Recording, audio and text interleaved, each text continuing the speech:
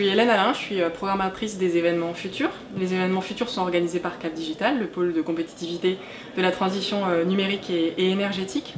Les événements futurs sont des événements où les innovateurs sortent leurs produits et services de leur labo, de leur entreprise et viennent les faire tester, les faire découvrir à un public essentiellement professionnel pour les formats futurs hashtag tels que nous l'avons aujourd'hui, mais sinon pour le grand public aussi, en juin, lors du grand événement futur.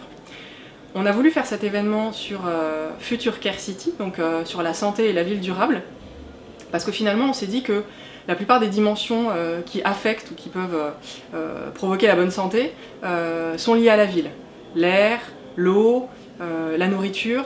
Et quand on réfléchit à la santé durable, en fait, on se dit que la santé durable, c'est un bien-être physique et mental qui est accessible à tous, qui est basé sur des ressources qui sont exploitées de manière pérenne, exploitées de manière responsable.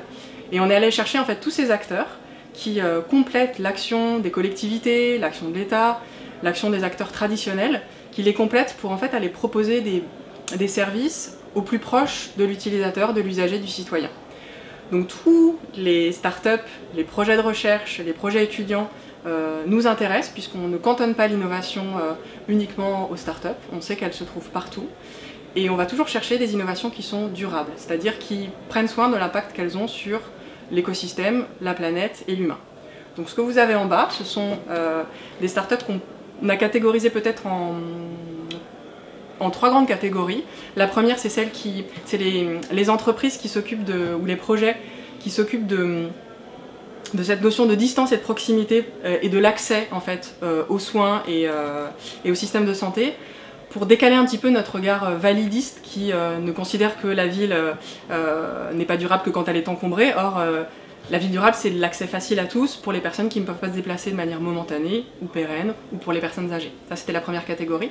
La deuxième catégorie, ce sont des projets qui s'occupent de la qualité de l'air, de l'eau, mais aussi de la biodiversité, qui est très importante pour la santé. Et dernièrement, la dernière catégorie est la catégorie qui s'occupe plutôt de l'alimentation, qu'elle soit ce qu'on mange ou la manière dont c'est distribué, stocké, et donc la sécurité alimentaire. Et en fait, toutes ces dimensions-là travaillent à promouvoir la santé durable, à la mettre véritablement en action.